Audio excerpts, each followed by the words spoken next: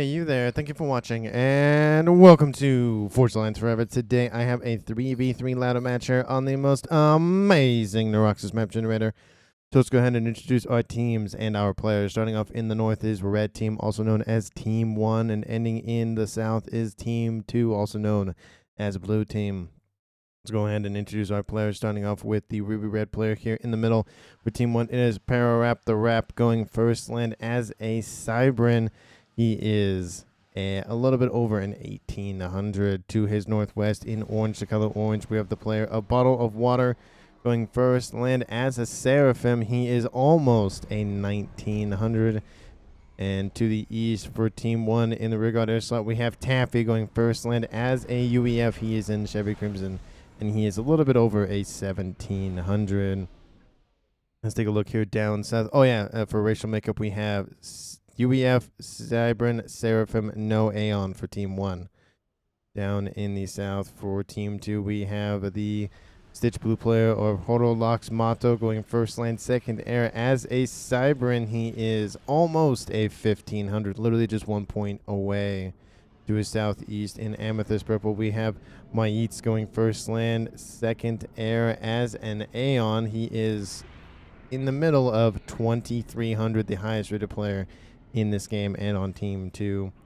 And in the west, we have the rear guard air slot of Zar JC going first land as a Seraphim in Royal Blue. He is almost a 1500. Let's go take a look at reclaim so far on the map. We have 5,475. That's not a lot, but again, it's, not a barren map, but it's a lot of water, so I wouldn't expect that much mass on the map. But to counteract that, there is a lot of mass points on the team's main island. There are a couple on the secondary islands and a few on the middle islands. But realistically, most of their income will come from their main landmass. They might fight over the two corners and maybe the middle islands, but I highly doubt it, just due to the fact that there's not a lot of resources on there, so it's not really much to fight over. But 2 mass points could make the difference. We'll just have to see as time goes on. Of course, we see the outpouring of engineers out from Team 2 and from Team 1, trying to spread their influence across their main islands. Kind of reminds me of Civilization, where you have to send your settlers out to establish new cities and conquer the world. We do have a scout in the form of Parappa the Rap. He is getting a nice view on his enemy's territory and positioning. Of course, there is naval factories being established here by both teams. Obviously, it's very evident it is a very big water section in this game. Almost looks like a figure 8 if you or infinity sign if you wrap around the 2 islands in the middle. But there is a drop coming out here from Team 2's Horolox Motto, trying to establish a beachhead here on the southern edge of Team 1's main landmass. And it does look like it might drop. Pings do go down to say, hey, there's a thing going on. First thing they need to do is establish a factory. There we go. I lost my words for a second. And then they'll get a radar. Good move on there, trying to get some information here. But they're struggling to try to establish it. They have to move out of the way. They're still working on it. They're still working on it. What is going on? Oh, okay, there they go. I was like, what is going on? Looks like they were having to move to a different location. But the transport will be shot down in the south by interceptors by Team 1, which isn't a huge issue, but, you have to spend the mass to make a new one. There's going to be a little bit of an interceptor fight over the main island of Team 2. But again, this is interceptors. This is 4.5 minutes in, roughly. Not really a huge issue if, Team 1 or Team 2 has early air advantage. Mainly what you do with that advantage. And right now, since it's 3v3, 6 players, probably about a 15 by 15. Yesterday's game was 14 players and a 10 by 10, so a lot more room to breathe, a lot more room to spread out and not have to be so super on the aggressive every single second. But we do have that factory will be eventually kicked off. Of course, a couple of units were built up to deal with that, so a little bit of APM taxing does occur, but again, you're trying to do what you can, and a game like this where you have lots of land to cover, lots of water to cover, trying to just slow down enemy progression is better than, it's not going to be a defined, like, you're going to stop them. It's we'll slow them down, but that's about it. See, that factory's already destroyed. The radar was built, and that was it. The engineers were killed off after that. Interceptors are fighting over the water here in the middle. There's a nice upper plateau section that maybe we'll see used maybe by some T3 artillery or nukes or whatever the case may be. And it's separate from the landmass. And so, artillery can, Team 1 can shoot up that. But if it's way back here, they have no shot. So there's another not artillery, but a plateau section in the corners as well. So maybe those will be used. I don't really see that being the case. We have the comm of Mites on the eastern side going after that expansion. Does have an issue with a bomber. It's kind of hovering there. And maybe he'll go and build a T1 AA installation just to deal with that bomber. Or maybe just send a couple of interceptors. That also works. We have one frigate versus two. That only usually goes one way, of course. Cybran and Seraphim versus an Aeon. Not that necessarily matters right now, but it does speak to what type of naval units Team 2 and Team 1 will have access to. Team 1 will, of course, have will have governors if they get to UEF tech here from their teammate of Taffy. They'll have, of course, the Salem's destroyers that can walk on land. They'll have the T2 destroyers from the Seraphim that have the direct fire laser weapons. Those are very powerful. And, the Neptunes, of course, have that in spades, but a little bit better. We have a facility being heavily assisted here in the south section. Oh, east, south, all relative for the player of Hollow Locks Motto. I still think I'm saying his name wrong, but I feel like I'm saying at least the last part of the name right. I think it's the first part of the name that I kind of struggle with. Depending if, of course, the H is said or not. If it's in Spanish, the H's are pretty much 95% of the time silent. Unless it's a C before that, then it's a ch sound. Anyway, we have a couple of these subs going after frigates. Good counter to frigates, because frigates don't have torpedoes or torpedo defense for that matter. So it's kind of just a one-sided battle there. Free damage, essentially. So I do love the counter, and it does look like they are somewhat coordinating, because one player is going straight for torps in terms of the subs, and one is going for frigates. So there are some subs coming in from Team 2's Hollow Locks Motto as well. But of course, we have almost 2,400 in the game of Mites. He does know what he's doing. He's just sitting here. He's going to establish a land factory so he can keep his position here, so he's not completely locked out if he does get bombarded, at least really early on. It is 8 minutes in the game. Let's take a look at Eco's Team 2 in the lead. Don't change positions on me. 215 versus essentially 200, so about 15 to 20 mass ahead of their opponents. They recruit a little bit more mass, but again, 8.5 minutes in, not really a huge issue. This is the main focus here of the early game is, of course, getting to T3 air tech, and they're going to get there very quickly. There is an air scout monitoring the progress, of course. They don't see exactly what the percentage is, but they do see the progress to it. Team 2's Czar JC is a little bit behind in terms of percentages, so Team 1's Taffy will finish before them. They're at almost 80% versus I think it's the 30% now. Yeah. So they'll probably get their T3 Pigeon up online before their opponent, and maybe they'll go for Strat Bomber, but we'll see. Torpedo coming online here for the player of Parappa the Rap, trying to establish dominance in the water and use his comm in a more effective way. He's Cybran. He's the only one that has a torpedo to his chest.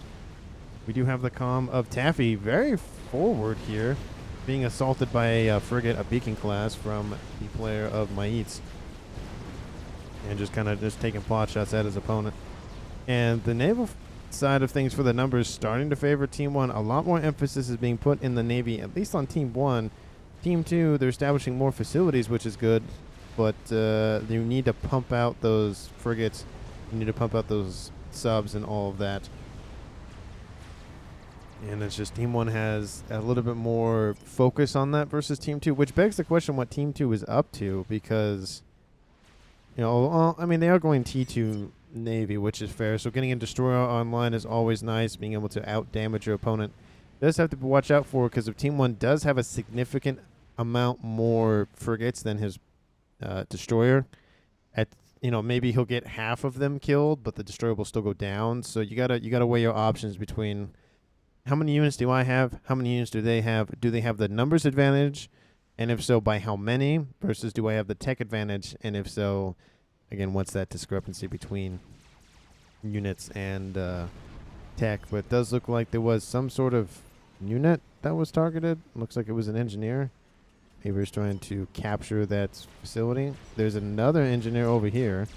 That's going to get killed off. I think, oh, it was just an attack move for a reclaim. So, a couple engineers die. Not a huge issue. A couple of the outlying mexes, permanent mexes, do get taken out.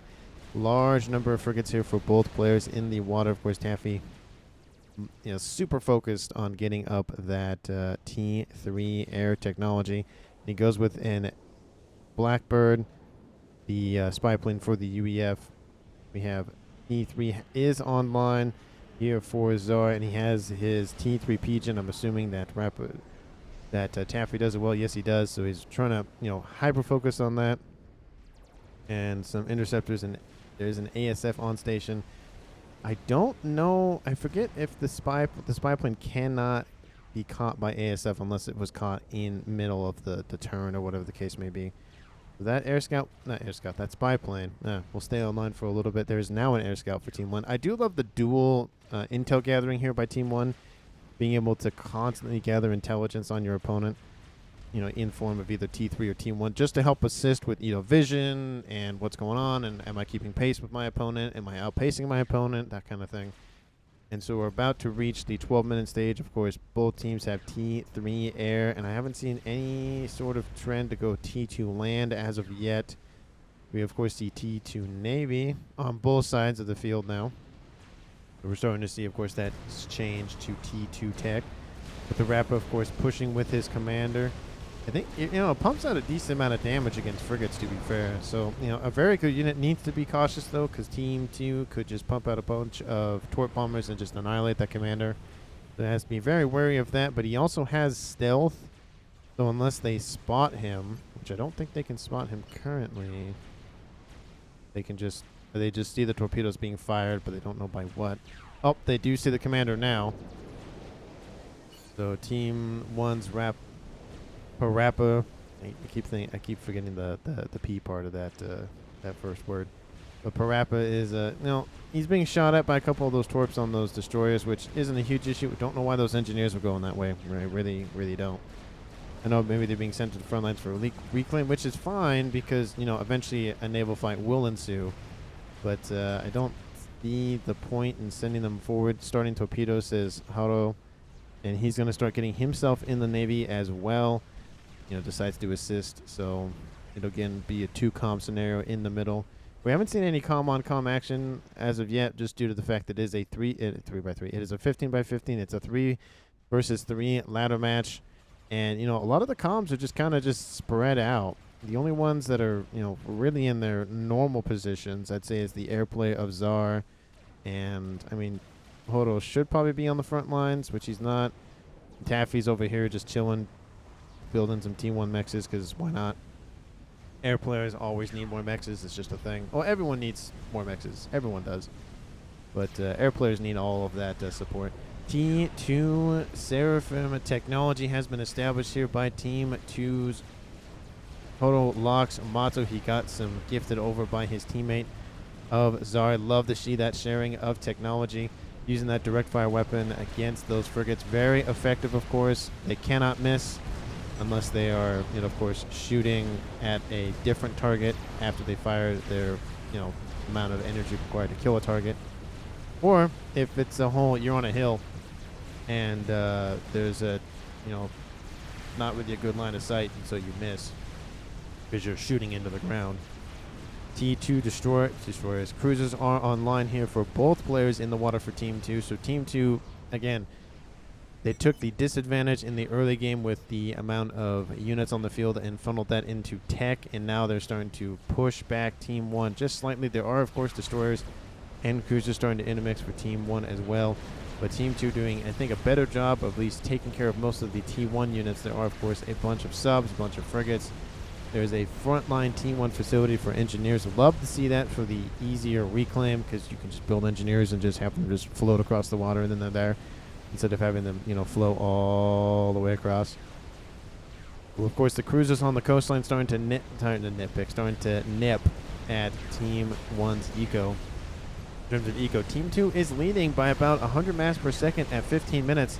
That's starting to, really see itself in the fact that Team 2 has a lot more destroyers, has a lot more units on the field now. They decided to eco up. They decided, to focus on that. Destroyers missing those targets. Hate to see those, of course. Parappa is starting to be shot at by a lot of those torpedoes on board of those destroyers, so has to be kind of cognizant of how much damage he's taking.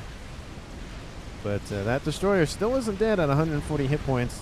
Oh, and that's the downside with Aeon Tech in terms of Navy, is that it's actually harder to hit your targets if the target is moving, just because there's not like constant shells. Just, so you can miss a couple shots here and there, but it's not a huge issue. Versus the more powerful single shot weapons. It's like a Percy on water. If it's about the same fire rate, I think. It's the same kind of concept. If you miss your first shot, well, you have to wait to reload. Versus a constant machine gun of firepower. You can miss a couple shots here and there because you're going to hit the target eventually, anyways. The frigates moving in to take out the engineering facilities. Producing those engineers. Nice little wide hammer shot of all the boats in the water. We haven't seen a lot of air by either team, at least in terms of torp bombers. I'm kind of surprised, but as I say, that T2 air has been completed for Horo Lox Mato, so he's going to probably start pumping out some of those torp bombers to help assist with dealing with at least those cruisers, at least at the minimum, and then the destroyers after that. But Team 2, I thought had the numbers, but Team 1 is severely pushing south. We have Lox Mato in the water starting to pump out his torpedoes on his, chest cavity. And, Team 2 really focused on taking out the eco. That's good, unless you lose all of Navy, and then you're kind of screwed anyways, because you're going to lose your, perimeter mechs as well. So it's, you kind of have to decide. You pump out as many, units as you can. Do you focus on trying to assassinate mass? All that sort of thing. But the units now for Team 1 are starting to form a column. And, of course, the same similar thing that's happening in the east is happening in the west, Team 2, where those perimeter mechs are starting to take a hit. And those destroyers really, really want to take out that comm. He's actually in the red. Sorry, in the yellow, excuse me. But those additional facilities are coming under threat. We have Lox is in the water with a lot of subs, so he has to be very cognizant of that. We have T2 destroyers and T1 destroyers and anything and everything that can be thrown at the opponent to really deal with this push. We should see some torps come out of this facility, but I don't see anything as of yet. Lox is in the water. He's trying to do what he can. He has Nanos who's able to recover, but T2 Naval Tech will die here in the middle. Here for Lox, that's got to hurt Team 2's ability to respond to this. Torp bombers are inbound here from Team 1. Very surprising not see it reversed. Now we see torp bombers coming in. You need to target those destroyers. You need to target those high damage units, just due to the fact that, of course, it's just annoying to deal with. But it does look like Team 1 is going to retreat for now. More perimeter T1 naval facilities coming online for that reclaim for those engineers. Those cruisers still be annoying on that eastern side. Kind of surprised to not see any torps devoted to this. And I know they're focused on taking out the facilities, which is smart because, if your enemy can't produce units, then they can't fight back. So it is a good idea, to be fair, but if you don't have any mass to produce units, then you're kind of just in a stalemate at that point. We might see T3 tech here pretty soon from somebody. Team 1 does have a lot of wiggle room in terms of buffer zones and whatnot, so they have time to retreat, they have time to fall back.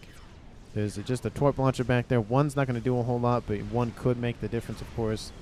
The destroyers constantly pummeling one another here. Lots of engineers taking the shots, and of course, every shot that is focused on an engineer is a shot not going into a destroyer. So essentially, it's a cannon fodder not mechanic, but strategy here for Team 1's Pararappa the Rap. And I still, every time I look at his name, it confuses me. I don't know why. I feel like I say it right, and then I second guess myself, and then I confuse myself. But he's going back into the Seraphim tech. I feel like he could go for T2 Cybran as well, just to help mitigate some of the shots that are being missed by the Aeon Destroyers. And of course, the facility's also acting as bullet sponges and cannon fodder as well. So this naval combat, you know, really siding with Team 2, and it partly just goes to the fact that it's the type of, you know, it's the faction that you really have. Because look at this. Look at all the firepower coming off of those destroyers. And yeah, they don't do a lot of damage per shot, but most of those shots make, no, they hit the targets or get an AoE splash or whatever, versus the single shot of the Aeon tech where, you know, they do a lot of damage per shot, of course, but they have to hit. And that's the end of the day. Like, yeah, you could have a very powerful single shot rifle, but if you miss, then you have to wait, you know, you have to wait, you have to reload, you have, you know, load the round again, versus, you know, a machine gun where, yeah, you can miss half your shots, but half your shots are going to hit, and sometimes that's all it takes. But the Parappa starting to feel the pressure here. All those torpedoes from those destroyers are coming after him. Unfortunately, those destroyers are going to get wiped out. You know, they overestimate. Oh, no, maybe it was enough. Team 1's Parappa the Rap has been destroyed at almost 21 minutes. He doesn't die before 20. He doesn't add himself to a statistic. But that is a kill for Team 2. It is now a 3v2 in favor of Team 2 here at 21 minutes. Of course, that cruiser to the west is going to be very annoying to deal with as time goes on, of course. But Team 1's Bottle of Water does inherit everything that was owned by Parappa, and that's actually the smarter play, just due to the fact that he is on the front line. He is dealing with the Navy, so it's really easy to be like, I'll just take care of everything that he had, and it'll work. Those destroyers are eliminated. It does leave Team 2 kind of in a weird scenario where, yeah, you've killed a player off, but you've just given all of the eco to another player, which means that Team 3 tech is going to come sooner rather than later, and so you got to counter that sooner rather than later. And of course, you got to deal with the cruisers to the west and all of that. The cruisers to the east are still holding strong, dealing with a bunch of mexes, but of course there are TMD online now, so that's kind of a moot point at this point, or moo point, as Joey from Friends says. I think that's funny. I always thought moot was kind of, I mean, it's kind of like mute, so it makes sense. But I thought moo was just funnier. So sometimes I'll catch myself saying moo and be like, it's, you know, Joey from Friends. Anyway, we have T3 Sonar online, trying to get a nice little view of what's back here. Of course, this is what Team 2 can see. I like how there's just one sliver just in the water by itself. Now, it's dead now, but it was just sitting there hanging out. And then Team 1, this is what they can see. So essentially about the same kind of view, except in terms of air, I think Taffy might have the numbers here. Let's see, 68, one number off of nice. Hey, there it is. And then we have 79. So Team 2 is leading slightly, just due to the fact that they probably have a little bit more eco to play with. Yeah, 900. I don't know if that's reclaim related. That seems kind of high, but that could be accurate. In terms of mass, this is Team 2's game to lose. But all of this pressure in the middle, I feel like Hodo might be a little bit too far forward. Of course, all of those destroyers do have torpedoes, and so he's got to be very careful. Same thing could happen that happened to the Rap here to the north, so he's got to be very cognizant of that. I know he's trying to be as aggressive as possible, trying to reduce the enemy numbers, but it might be time to just fall back and start forming some sort of front line, or, you know, secondary line. Team 1's doing a lot better job, of course, of getting that reclaim, and there's a lot of reclaim here in the middle to get, of course. It's Navy. Naval units cost a lot of mass, just in general, so it's, you know, you gotta scoop that up, because you can funnel that into an upgrade, you can funnel that into a whole bunch of things. But it does look like we have another T3 air facility online for Bottle of Water. I am still surprised that neither of his facilities have gone T3, and same here for Team 2. No one's decided to go. Well, we see the upgrade is on the queue, but it's after like a bunch more ships, so. And he's got to pump out a lot more than just a couple of destroyers. He needs a lot more assistance. Total locks, again, fearing the same situation, and also the same situation that happened earlier. Unfortunately, Team 1 has a higher amount of units here. A lot of destroyers. That's all. Actually, that is a decent amount of destroyers here for Bottle of Water.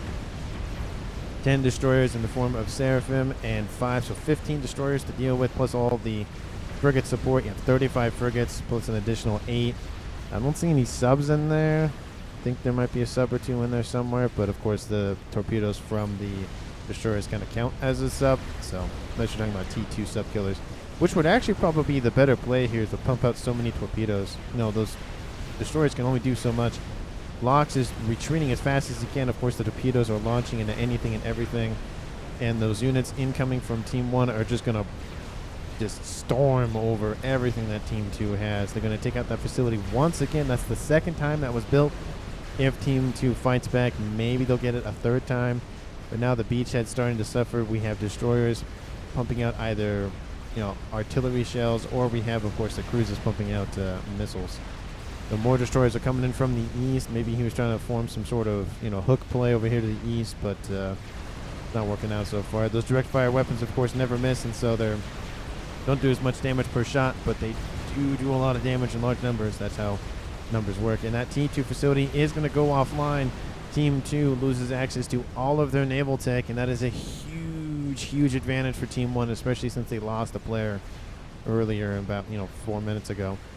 And so they're going to pump out a bunch of destroyers and frigates and cruisers and whatnot. But I'm, again, still surprised that they haven't gone T3, at least one of them. I would probably, shoot, if I were to pick which one, I would probably the T3, the Cybran for the Galaxy class.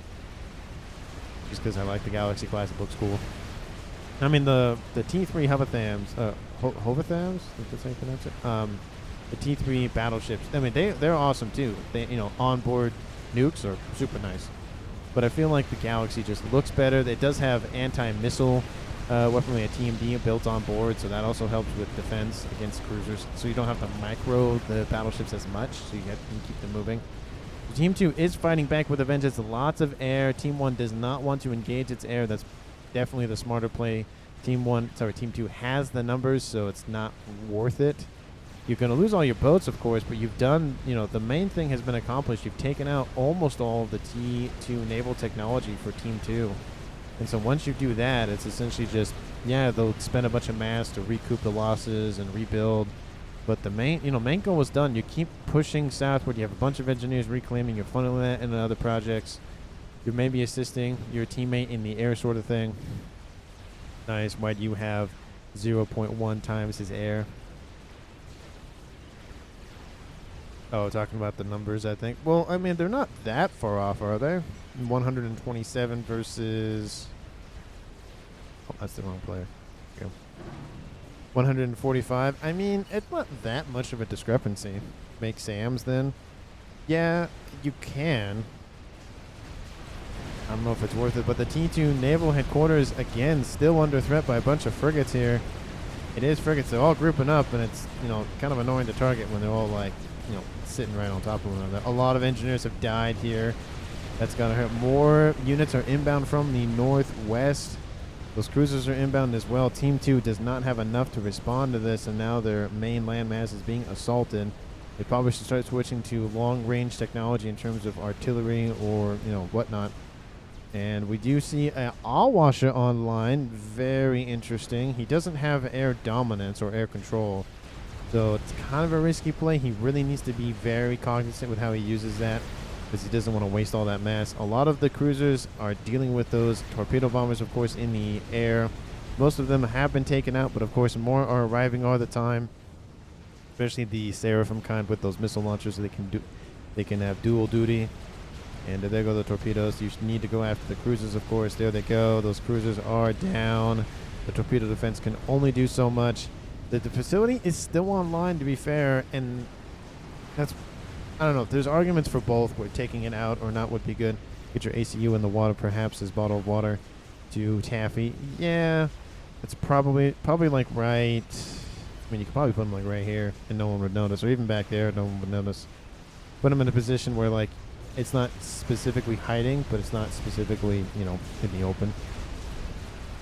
Team 1 owns this bay against Team 2, and now the main base for Maitz is under threat here. He's trying to pump out as many facilities, as many, spam as he can, trying to get some of those blazes online. Of course, the direct fire weaponry from the Seraphim unit's going to really counter that, gonna hurt. We have T3 air technology, and that Disruptor is online. I mean, I probably would have put that a little bit further back, probably where he's standing, or even further back. And our washer is online. There's not a lot of cruisers in the bay, and they're grouped up quite nicely. There's 6 of them. They should be fine to just launch that our washer, but it's going north. It's going after something. ASF are going to go in. Where is going on? Oh, they're going to hunt the ASFs. They're going to just go for it. SAM sites are starting to be built, or, you know, T3AA in general, and they're going to go for it. I don't know if that's the play or not. ASFs do engage. Nice turn here for Team 2's Air Czar. They're going for that washer, of course. I don't know what they were thinking with that bomber, though, but a lot of them have been eliminated already, and that Czar has taken some damage, but all those ASFs are gone. Team 2 has essentially air dominance in this game at 30 minutes, almost on the dot. A lot of those ASFs will die, though, to AA. But that is a huge advantage now, and I think Team 1 is going to start pumping out more air defenses. That is a lot of those. So he's got to win with this. He's got to do such a good play. But I think there's too much AA pressure even from T2 or T3, trying to avoid all of that, trying to go around it. ASF still trying to intercept as much as they can. I do understand the play, the mechanics of it, trying to go after the air grid. Is it going to be enough, though? I don't think so. I think the bomb will go off. You need... Oh, it's not moving. It's not moving. Oh, no, it's land... Oh, no. That was it. Oh, the bomb does land. Oh, but it lands in the air. Oh, no.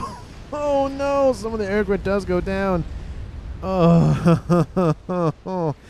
It landed, I think, on an ASF or something. That has got to hurt. Crash damage does take out something on the ground, though, but... Oh, that's got to hurt. Another one was built. All of that ASF dead for both teams. Essentially zeroed out everybody. I probably would have used it on the naval units, honestly. That's the direct threat. That's like really what's damaging you and everyone else. You know, of course, your teammate is pumping out T2 blazes to, you know, just constantly pressure your opponent. They go away. Go away. But, man, that's got to hurt. That's a lot of mass to dump. You know, 16,000 mass. And it's really easy, you know, just build over the top of the wrecks kind of thing. The bomb lands right here. Oh, that's got to hurt. Oh, man. And there's really nothing in chat. And the only ones really talking are Bottle of Water. And that's about it. Just kind of comments to obviously transferring mass and energy and whatnot. But Allwasher does go for the naval play, but there are a lot of AA cruisers and, of course, some aircraft carriers in the area. So this is going to be locked down pretty quickly. Team 1 was like, what are they going to counter with? Air. So we'll counter with AA. I love that play from Bottle of Water. He made a move. He went for the naval pressure, of course, took the position and went, they're going to counter with air. I'm going to counter with AA. And the only thing they can use to counter with that is, you know, a very big gun or just a bunch of naval units. But I have the naval units locked out, essentially. So, yeah. Again, surprisingly, he didn't go T3 Cybran. He went T3 Seraphim, which is fine. You know, one or the other is, you know, fine. I prefer the Cybran T3 naval, but, you know, of course, having the missiles on board the T3 aircraft carriers for the Seraphim are also a nice thing to have. So, you know, again, arguments to be made for both. Whereas this position needs to be shielded even more. The Disruptor coming on the line is really good for Team 2. Team 1 really doesn't have a lot of defense in terms of shields and whatnot, so the air grid could be essentially wiped out as well once again. And, I mean, there is an SMD. It isn't loaded. There's an SMD here. That one's loaded. There's an SMD here. That one is just built. Team 2 doesn't have any nuke. They are building more washers. I don't know if I agree with that. They're actually reclaiming it right now. Trying to funnel the mass into something else, maybe into Disruptor Fire, which, you know, probably, again, should have built back a little bit further, because those, I think those, they can fire, I think, up to the yellow. And they notice the arty is being built, of course, as we speak. And you can see, look at those torps. They're ineffective at this point. There's so much AA in this mix. Essentially, at this point, you got to go ground units. Medusa can't float. Build some Zooey. You know, you have access to Seraphim Tech from somebody, or from your teammate. Might as well build a couple of land facilities and pump out those you know, those Zooey just to be annoying. But one aircraft carrier is going to go down. But look at this pressure here. Look at this. They're like, we're going to sit here and pump out as many missiles as we can. You won't stop us. And this Blaze is trying to do what they can. We're 34 minutes in this game. Let's take a look at Eco's Team 2. Still on the lead at 4.2 versus 1.4 versus 1.2. All Washer online. I wonder if Taffy will go for those Novaxes. Maybe. But he's just kind of pumping out more air facilities, of course. And, of course, if you haven't hit that sub button, please go ahead and do so. Like the video, comment below who you think is going to currently win. And, of course, share this video with your friends, your dog, your cat, your chicken, your donkey, whatever animal you have at home. Your snake. Maybe your snake would like it. Who knows? But, again, I appreciate watching to 34 minutes. And, again, I encourage you to continue watching to the end. First Disruptor is online. Second one coming online very quickly, I might add. And where is this going? It's going for that air grid. That's the best play, I would imagine, right now. And taking out naval facilities isn't probably the best idea because there's no way you're coming back in Navy. I mean, maybe T3 facility is online, pumping out those omens. And those Blazes are doing work, though. They're starting to chip through that armor that is those battleships and whatnot. So, you know, Team 1, I think, is devoting a little more attention to other projects. I said procedures. You know, the shots are hitting these shields. Of course, we have a bunch of cruisers to the west being dealt with by TMD, but, you know, more and more being hoisted over there. Team 2 is fighting back with a vengeance. They're not going to be stepped over. Another All Washer, of course, been hanging out. Has taken a decent amount of damage. It could go after those cruisers, but it's deciding not to. But we have, of course, the lone Salem walking on the line by himself, hanging out. All of his buddies have been destroyed. And gonna start hanging out. Looks like, you know, it's probably gonna walk north. There's a couple of them up there. He's gonna meet up with his teammates, go for a nice walk in the park or on the beach, hanging out with some friends or whatnot. Go to some school trip. Second Disruptor almost done. Third one planned. Again, one shield is not enough. You need like more than that. You need 30 or 40. Other Tham back here coming online for Team 2. So they're going to have 2 artillery installations coming online. And that's going to be third one actually, technically. That's going to be very deadly for air. But unfortunately, I mean, Team 1 isn't pumping out a lot of air. They're pumping out a lot of naval, and they're pumping out... That's it. That's all they're pumping out is naval units. I mean, they have, we have battleships, we have aircraft carriers, we have a bunch of destroyers coming online. We're going to do essentially the walk of shame. What's happening with these Salem? Those missiles are starting to get through. More and more Team D has been built back here for defense. But it's, starting to be a little bit overwhelming. Those forces have been pushed back in the south. Team 2 destroyers from the Seraphim variety are, very effective at taking out those units. And so it does look like Maites might need a better way to fight this off.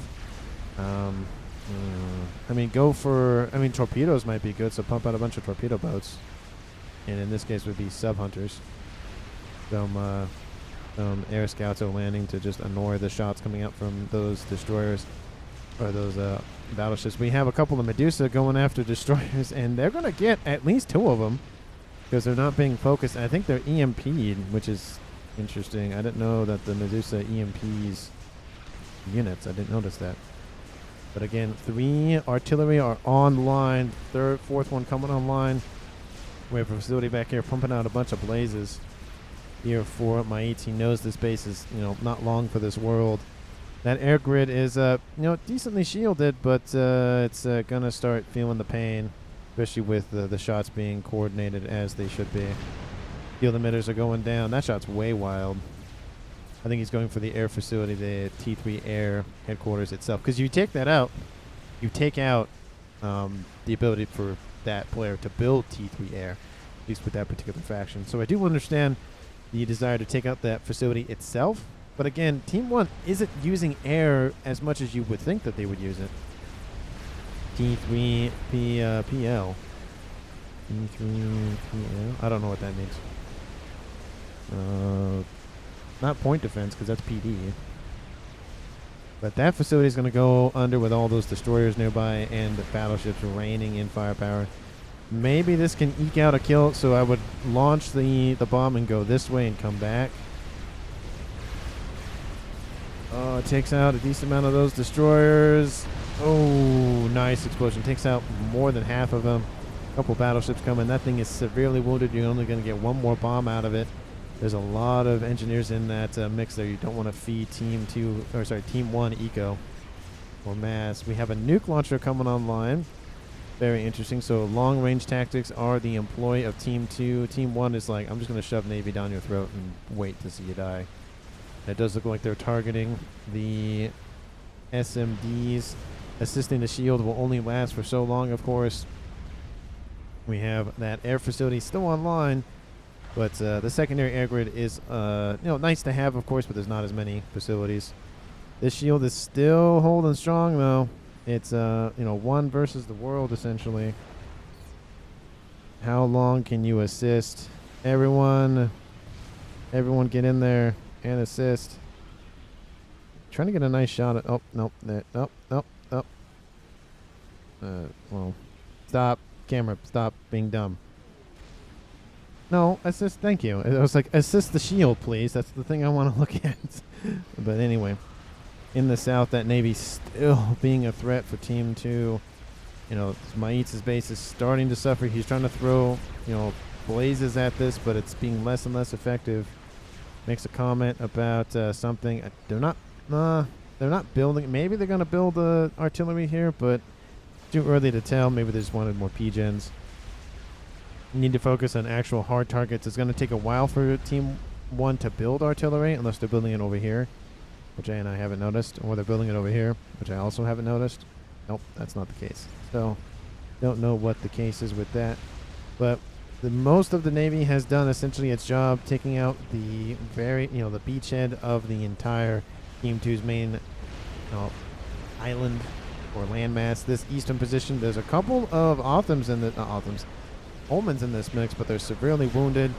They're getting pressured by more forces. This position will fall very quickly. And so once that happens, Team 2 is essentially locked out of Navy. And yeah, that SMD is still there. There's one back there too, so even if you take that one out, it really doesn't matter. And essentially, that's just a big distraction here for Team 1. They're like, hey, target this SMD. We have one back there and one over here.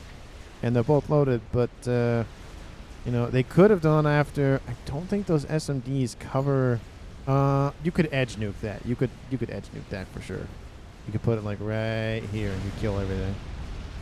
And then same thing to the west. If you really wanted to eliminate the naval threat, that is one way to do it. Is just pump out a bunch of nukes and take it out. But they've taken out the SMD here. That one is gone. They finally cracked the shield. It took a while. Scout says Taffy. That's not what I clicked. I wanted to click Observer, not a player on Team 2. But that Omen just comes off the battlefield, just off the assembly line, and it has a bunch of enemies surrounding it, and it's going to die. One of the shortest-lived battleships in the game. This gets annihilated right off the start. I mean, is that a second? That is a sec. Okay, okay. You're building shields now, which is good. But you needed more shielding. Why are they building a lot of SMGs? Strategic launch detected. I get that your team has nukes, but just because your team has it does not mean their team has it. And they've taken out a decent section of this base here for a bottle of water, and that SMD is down, so this nuke will land. Of course, I wish there was a mobile like T4 anti-nuke naval unit, which would be nice. I had a commenter it was like a week or so ago, called the Hedgehog. I think that was a really cool idea. Had like AA emplacements on it, and doesn't take out the headquarters, but does take out the assisting facilities. So I don't know if that nuke was really worth it. It was, EMP'd for a second. But anyway, the Hedgehog, it was essentially, it'd be a little bit shielded. It would be amphibious, so it can be land and water. And it was just a very interesting concept. He had really thought about it, and I was really impressed by it. And I know Guile have said it, a lot in the past of why isn't there some sort of anti-nuke for Navy? Because that's essentially, I think, the only counter that I can think of that doesn't have, the only thing that doesn't have a counter for it. Because, everything should have a counter. It should be a rock, paper, scissors kind of thing. And, having a anti-nuke experimental mobile thing, I guess, would kind of be overpowered, especially against this against YOLOs. But maybe make it an only naval unit, you know, something to counter, because you can just spam a bunch of nukes and take out Navy, and that's it. So, yeah, I wish there was some sort of counter to nukes entirely. Or instead of, here's an idea, instead of the strategic missile launchers firing nukes, you could have them build anti-nukes. I mean, that could be an idea. You could, like, have a, you know, like, do you want to build anti-nukes or nukes kind of thing. But the orange is swarming the beachhead for Maitas. His main base is gone. There's a couple of shield asylums, but that's it. Strategic launch. The enclosure is starting to happen. Another nuke is launching back here. It's going for the naval facility. Yep, up here. Should have done that like 10 minutes ago. But anyway, artillery just pummeling this last SMD that has been loaded. And they're trying to build as many shields as they can. Shields are down. Oh, this emitter's going to come back online. Oh, it makes it just in time. Look at that. Just enough. Had just enough little oomph left. But that SMD is going to die soon rather than later. Please scout them, says Bottle of Water. This is, you know, Team 1 owns a huge amount of territory. The nuke lands, takes out the facility. Love to see that. It actually does take out the facility instead of the other one. Of course, there are other backup facilities all over the place. There's even a facility over here to the west. It stopped production, at least of the T3 variety. But that SMD is gone. All the SMDs are gone, at least the ones that have anti-nukes loaded. And maybe we'll see more of a push in the air department here from Team 1, from Taffy. But it does look like the player of Maitz is defeated by Bottle of Water by a bunch of naval pressure. Should have moved your comm a lot earlier there, my friend. Matt, misclicked ACU, says Pararapa. The comm is over here. What are you doing? Looks like he's being assaulted by some missiles, but he should be fine for now. There's not a lot firing at him, but look at the artillery just running over the map. There it is. That SMD is down. See a buy. This position is going to go down, but again, this is all gone. Team 2 has nothing on the naval side of things, and they've lost one player already. It's now a 2v2 with players left standing. All that firepower. I think the third one did finish. Oh, third one's about to finish. Needs more shielding, my friend. Needs more shielding. The nuke needs more shielding too. At least like one more, like right here, just to kind of have an interlocking shield kind of set up. But that artillery, or that nuke will land. SMD still being targeted by Team 2. They're not letting anything up. Will it get the comm? I think it will. No, just barely. He gets EMP'd for a second. His shield takes a little licking, but that's it. Another nuke to seal off that air grid here for Team 1. That SMD only has 100 hit points left. The comm of Bottle of Water is out of the water. That's probably not a good idea. Destroyers are coming onto land. The land invasion is occurring. Team 2 needs some sort of defense. They have nukes, they have TMD, but that's it. They have no sort of point defense or whatever. And another nuke is being launched, taking out the Navy down here. I mean, I guess, but it's not doing anything over there. You need to take out this is what you really need to take out. All of those are dangerous here in this game.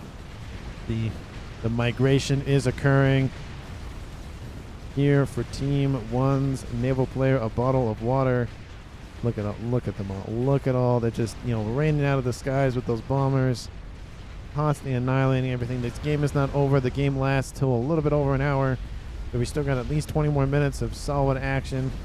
Nukes are still landing constantly by Team 2. Artillery still landing by Team 2. Man, this, Team 1 is decimated with a lot of stuff. In terms of mass, they're still, they're actually in the lead at 1.3 mass, 1,000 mass per second. But those artillery are now starting to come in range of that main base here for Lox Mato. And they need to be dealt with sooner rather than later. It's artillery wars here to the north. And there's 2 all-washers incoming. Oh, that's dangerous here for Team 2. They're going after those frontline defenses, it looks like. One does land. They're going after mass. Very interesting. Not going after any sort of infrastructure. That is down. See a buy. Does land on top of some shields being built. The second washer will land on top of the air grid. We'll take out a couple of facilities and a shield emitter, but that's it. So that's a lot of mass for Team 2 to scoop up. But they have a huge other threat. Now the artillery is targeting the destroyers themselves. Unfortunately, there's another all-washer incoming apparently. Here it comes. Gonna land right on top of those disruptors. There they go. Shield gets impacted. Third all-washer is down. Crab being built here. I mean, probably would go for Monkey just to spam out some firepower. But look, Team 2 is still holding strong. It's like a survival game at this point. Where Team 1's bottle of water is surrounding Team 2. And are they going for the comm? Do you know where the comm is? Is that where you're going after? No, you're just shooting at stuff. You don't know what's there. You need scouting going on. You know what's going on. That's the downside with no scouts is artillery needs a target. That's why Aeon is really nice because you get the eye and you get to see whatever you want on the map. We have T2 invasion here to the north with some artillery and PD. To the east, we have, of course, those destroyers coming in. The shields are still holding strong, though. They're taking some hits, but the bombers are doing a great job of holding off that incoming threat. But 3 all-washers for Team 2 to scoop up. That's a lot of mass. That's, what, 50,000? Well, there's, let's say, 24,000, 25,000. So, like, the 75,000 mass, that's a decent chunk of mass. There's a crab being built. Shields are down. Repeat, the shields are down. It does look like, shields pop back online. He's having power issues. Needs to take out that artillery. If those pigeons go down, that's going to hurt a lot. The mass is being targeted directly by those destroyers. And all those T1 bombers are just raking in, they're just raking it in. Artillery still landing on the other side of the map, trying to take out what it can. Another all-washer's been built. Man, that's really pumping those things out. Team 1's air is essentially gone. It looks like there was some sort of air battle, but it didn't go anywhere. And it's not looking good. Are there any sort of like,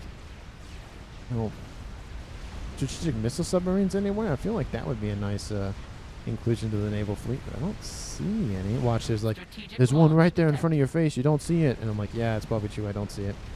Another nuke launching, another one half loaded. This nuke almost loaded with another nuke. Where is it going? It's going here? Don't agree with that play. You need to target something else more substantial. Like, you could go after the, enemy player up there, but then it just give all the eco to one person, so maybe not. And we have a crab on station here for Team 2's Locke's Motto. It's going to start dealing with these destroyers. Lots of AA, of course, in the north, and they're actually just lining the coast, it looks like, with AA, whether it be mobile or not. Trying to just lock out any sort of escape from the island. Again, a survival style of you're going to stay there and you're going to die. We're closing in on the 50-minute mark in the game so far. Looks like a T3 Mechs was taken out. I think the artillery does outrange the crab, so. Disruptors are still online. All 5 artillery have not died yet. There's a sensor suite. Why is there just a Team 3 Omni just there not being built? Does Team 2 not? Oh, look, there's another Washer coming over the middle. And a control case on top of that. Oh, it doesn't, land. The crash damage is not great. Takes out a couple of shields, it looks like, but that's really about it. Doesn't do as much damage as they thought it would do. Crash damage, of course, was nerfed a while ago. I think it wanted the crash damage to go, the initial bomb to go as well, and then the main bomb to maybe go after those pigeons. And those pigeons have taken some hits, of course, but didn't really work. And if you keep throwing mass at Team 2, they're going to funnel into something else. You got to be very cognizant of that. Another nuke is launched. Where is this one going? It's going in the rear, and it's going to land. But the SMD is online. It's been loaded. Taffy's going to move anyways because he's like, I don't want the artillery to kill me. So looks like, again, still targeting core mass or whatnot over there to the north. They've got to deal with this incursion. Bottle of water, essentially, if he loses mass, or mass extractors, he doesn't really care. So that second nuke landed right there, takes out a couple of mass there on the beachhead. This one's going in the rear. Will it be shot down? It might be shot down. The shields are still holding strong. Oh, it's going to be close. Oh, there it goes. The SMD does fire off its missile. So that nuke has been defeated. Doesn't have a second one, though, so got to be cognizant of that.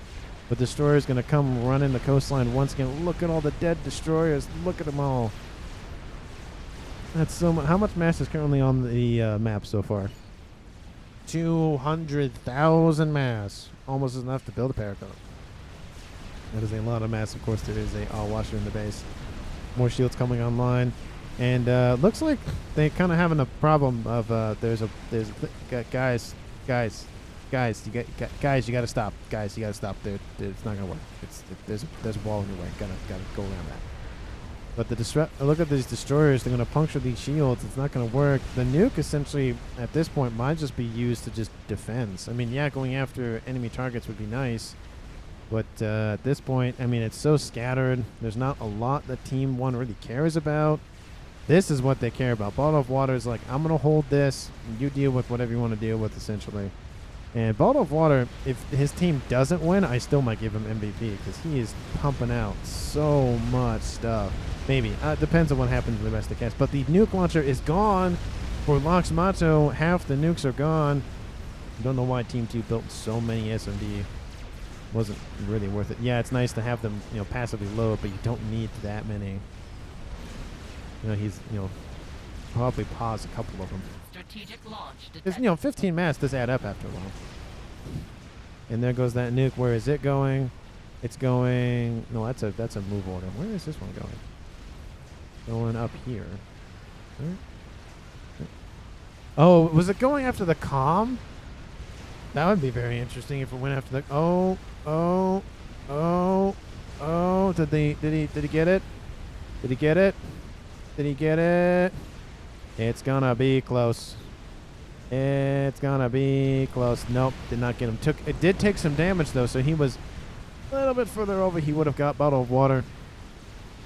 And the artillery still raining on Taffy's position. He is just suffering this. And there goes his air grid in the rear. He's lost access to T3 air technology, but I don't know if that might matter at 53 minutes in this game.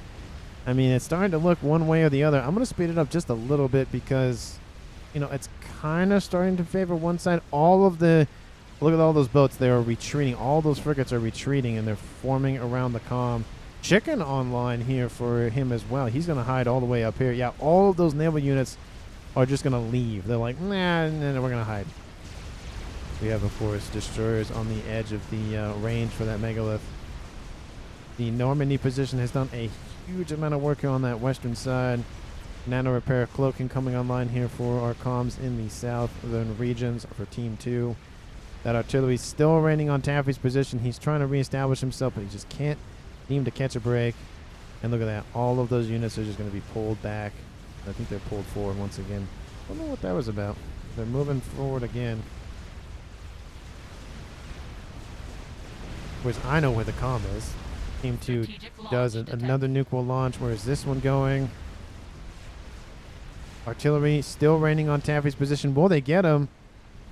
It might be a 2v1 scenario here pretty soon. The issue is there's so many units on the field. Even if you kill all of Team 1's mass, it's going to take a while. Going to take out this facility of a bunch of T3 support facilities. There goes that. Hasn't even rebuilt T3 Seraphim technology in terms of the headquarters. Oh, yeah, and kaboom. Apologies for not saying that earlier. But nano repair is coming online here for Czar. He wants to make sure his comm is protected. He's building a YOLO. Okay, sir. Sir, you should have built that like 15, 20 minutes ago at least. Funnel all of that mass that you were getting from all those washes into that. It is a nice play, though. Will it work? I don't know. Taffy is just himself, a pigeon, and a couple of shields. That's really about it. That's all he has, and those pigeons are dying very quickly. How's his shield scenario going? It's still holding. If he loses a pigeon, though, it's not going to hold very long. But that's got to hurt. Poor Taffy. He's just trying to survive, essentially, in this game of just a survival AI versus a couple of enemy comms. And those I keep saying disruptors. Those destroyers inching closer and closer. The disruptors are actually targeting the ground, and there's a chicken hiding on the coast over here. And if it's targeting that chicken, I would be very fun. Yep, they see it. They can see it with their Zeus there. They're like, oh, we like that. We're going to take that out. But Team 2 had ample amount of time to build artillery, build PD. There's a couple of them, but I think they might have squandered that opportunity. They had plenty of time to pumping out, of course, Team 1 units. But that YOLO is in the yellow, so over 25% completed. Of course, we have nano repair still being built by Czar, how's that going? He has no mass what to speak of. Still much of energy, but that's it. Now artillery. Taffy does survive. He has a T2 facility going T3s. To be fair, I feel like a lot of players in his position would have just control K'd and just given everything to bottle of water. But at this point, he's like, no, I'm gonna stay in. If I die, I die, but I'm not gonna go out. I'm gonna face the music. I'm gonna die in glorious nuclear waste, nuclear hellfire. Did you stop playing? Not yet, says Taffy. What are you doing? So there's even a conversation in chat about it. Not too sure. Honestly, Taffy, I feel you. I feel you. You can have my stuff if you want, Taffy says. So he's like, look, you'd probably use it better than I would. And he does give him more of those T3 mechs as it looked like. Or at least maybe those were already his. I don't know. Anyway. Still the disruptors are online. I feel like a monkey would be better suited. And we have engineers going to the front line reclaiming. They don't care about their lives. Don't care about anything else. They just want to fuel the fire that is the war machine of bottled water. But the YOLO, it's half done. And it's not looking good here. Again, more chickens trying to rummage the coast. That chicken was defeated. Look at that. It was taken out. That is hilarious. But T2 PD, of course, the Seraphim ones are not great. We have crabs running around. And here comes that chicken. Going to charge the front lines. I'm going to slow it down just a little bit so we can watch the carnage here. Doesn't look like I slowed it down any much, but that's okay. Chicken is like, I'm in the base. I don't care. A couple of Nautica fighter bombers are inbound. Love to see that sort of thing. But one chicken versus the world here. Those, two chickens versus the world here. And there it goes. Of course, the chicken ion storm cannot be reclaimed. It can't be stopped. It's a thing they added. I forget how long they added ago. The shields are down. The pigeons are going to be the main target. One gets reclaimed at the last second. Great job by Lox, and he's just going to be reclaimed for damage. Because that's one way to damage chickens is with reclaim, because that works. I think the ion storms are not moving, so there they go. They should be moving. How's that YOLO doing? It's slowed down a decent amount, it looks like. I think the eco here for Team 2 is really starting to slow down. Mass is being sent to him en masse to deal with this chicken taking unnecessary damage. There is one disruptor that had hardly no hit points left. Same with this one. Still not dead. Very surprising. Of course, the shots do slow down due to the fact they've lost their assisting adjacency P-gens. But they're still firing. I'm going to speed it up once again because, again, we kind of knew it was going to start, favoring Team 1, of course. Team 2 did have a lot of room to come back. They were leading the game early on. They just couldn't get it. Looks like there's another all-washer going to be built because why not? I love those all-washers. They're very good units. You just need to use them correctly, especially with the new mechanics with the how the bomb works. They really got to time it with your against very fast land units. But 3 all-washers, nah, that's not gonna feel good. Okay, we're gonna slow it down so you can watch the carnage here.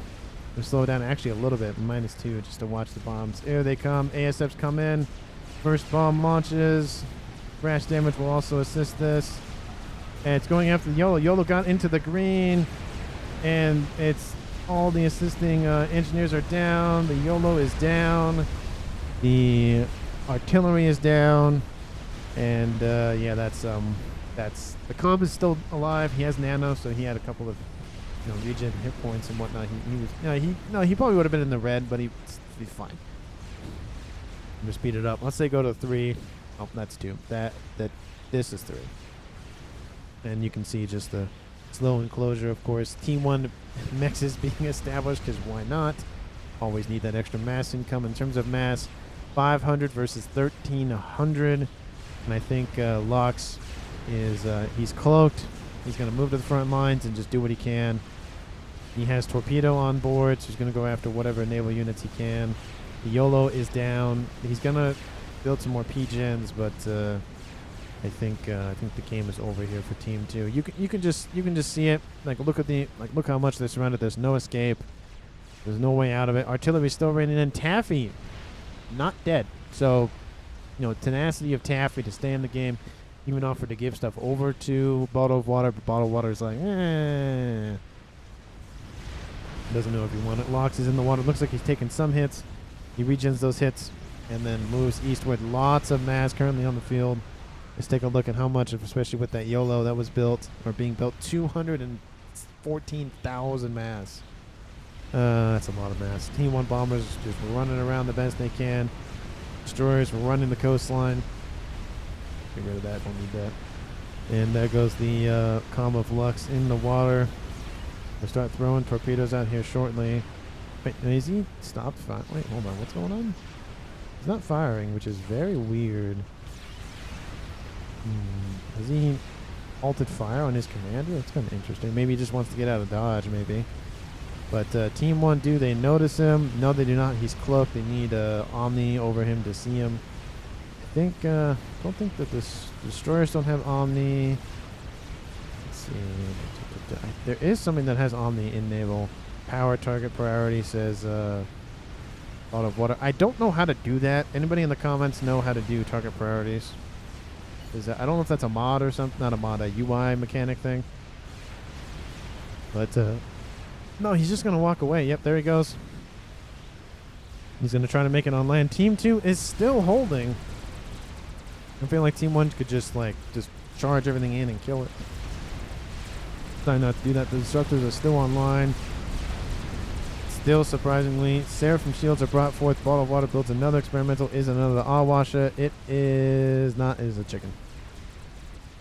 Artillery just going after whatever at this point. Doesn't even matter. Just trying to fire at anything and everything at this point. Still not looking good for Team 2. We have another chicken here to the west. It's dealt with. It's just Team 1 Zooey spam. He's going to build it again, because why not? If those Awashes didn't come in, he would have finished it, essentially. Well, he got some mass from Awashes, to be fair. But he probably would have finished it. I don't know if even he had the YOLO. I mean, he may have been able to do a decent amount with it and at least deal with a lot of this naval threat. But I don't know if it really would have mattered. It's one of those, plays where you do just to hope that it works out. But it's not gonna. He's almost halfway done with it too, so props to him for keeping into it. Again, like I make a comment before, a lot of players would just have control K'd by now, left the game. I honestly probably would have too, just as I can see the writing on the wall, unless I knew I had something in my back pocket like a YOLO. And there goes a crab. That's down. Last sort of defenses are down around those disruptors. The move comes in. Chicken comes in. Pigeons are going down, reclaiming to try to keep those artillery online. There goes one. There goes two. The third one will die here pretty soon. There goes the third one. All of the artillery are down. The amount of blue still on the map is very minimal. Where is he going? He's still moving on this eastern side. Do not tell me you're going to target Taffy directly. That would be very interesting. But YOLO's still, actually it stopped. He needs to build defenses. His suit there is going to go down. He's going to lose vision. But the again, keep saying that. The destroyers are just funneling in. There is a chicken. That's going to come in. He's going to get the splash gun. Oh, he gets it done. Tries to go after that chicken. Let's slow it down, see if he gets it. Going after those pigeons. Great move to try to take out the rest of that air grid. There he goes. Still not targeting the comm. The comm is right next to him. Targeting the shield emitters. Trying to go after that YOLO. The YOLO is going to go down. Eventually, at least at some point. Czar moves out of range of that slow-moving fire. He will kill the chicken off. The YOLO will still be alive. It's not active. But the comm has reached the land. Lox Matzo has reached the land. A counter incursion by one commander. And then I think Czar goes, I think I'm just going to charge into something and just, there he goes. Yep, he's gone. On whose party? He is defeated by Bottle of Water. Probably with the Ion Storm as well. GG, yours. Yep, there he is. He's hanging out. But you are not. I mean, they won't give up, says Bottle of Water. GG, says Lux. Is he doing what I think he's doing? Yep. He is seriously reclaiming. Not reclaiming, but converting. That is hilarious. I want to see if he gets it. I do want to see if he gets this. Honestly, okay, got some gunships coming in.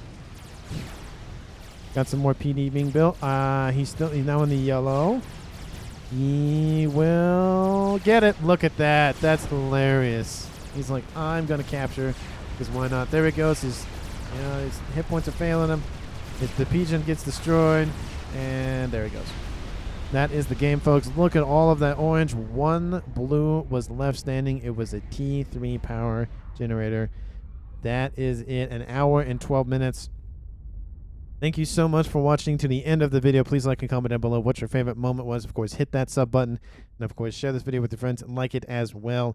And in terms of MVP, I mean, I got to go with Bottle of Water. He very tenacious.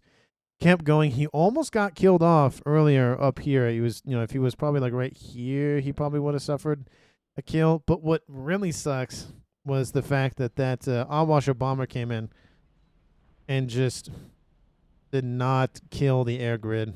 I mean, it did some damage, but didn't kill it as much as you wanted to. So I feel like Bottled Water deserves it with the departure, of course, of Parappa, the Rap. Took over all of Navy, shoved Navy in Team 2's throat, and just slowly clenched his fist around Team 2's main landmass. But again, share this video with your friends. Like the comment. Like the comments. Liking comments is also good. Like the video. Comment down below. Hit that sub button. Thank you so much for watching. I greatly appreciate it. Hopefully you're enjoying your Friday. And again, thank you so much. And I will see all of you wonderful people in the next one.